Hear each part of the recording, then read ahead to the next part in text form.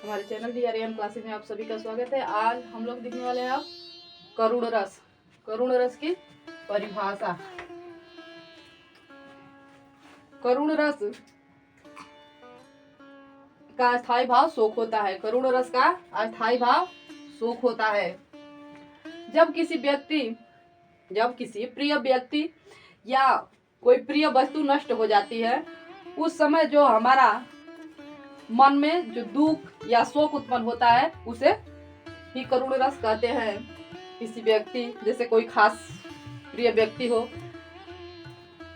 उसका एक्सीडेंट हो जाए या वो मर जाए, तो उस समय जो हमारा मन में या हृदय में जो दुख उत्पन्न होता है, वहां पर उसी को हम क्या कहते हैं? करुण रस। करुण रस। उदाहरण के लिए ले लेते हैं। देख सुदामा की दीन दशा, देख सुदामा की दीन दशा, करुणा करके करुणा निधि रोए। यहाँ पर श्री कृष्ण और सुदामा जब बिछड़ने के बाद एक बार फिर मिलते हैं, तो वहां पर सुदामा की दीन दशा, गरीब हो गए थे, उनकी वो दिन हो गए थे, दिन मीन्स गरीब, उनकी गरीबी के हालात को देखकर श्री कृष्ण भगवान करुणा करके करुणा निधि रोए। करुणा मतलब वो उनकी दीन दशा को देखकर करुणामय हो गए और रोए। कौन? करुणानिधि, श्री कृष्ण भगवान। करुणानिधि किसे कहते हैं?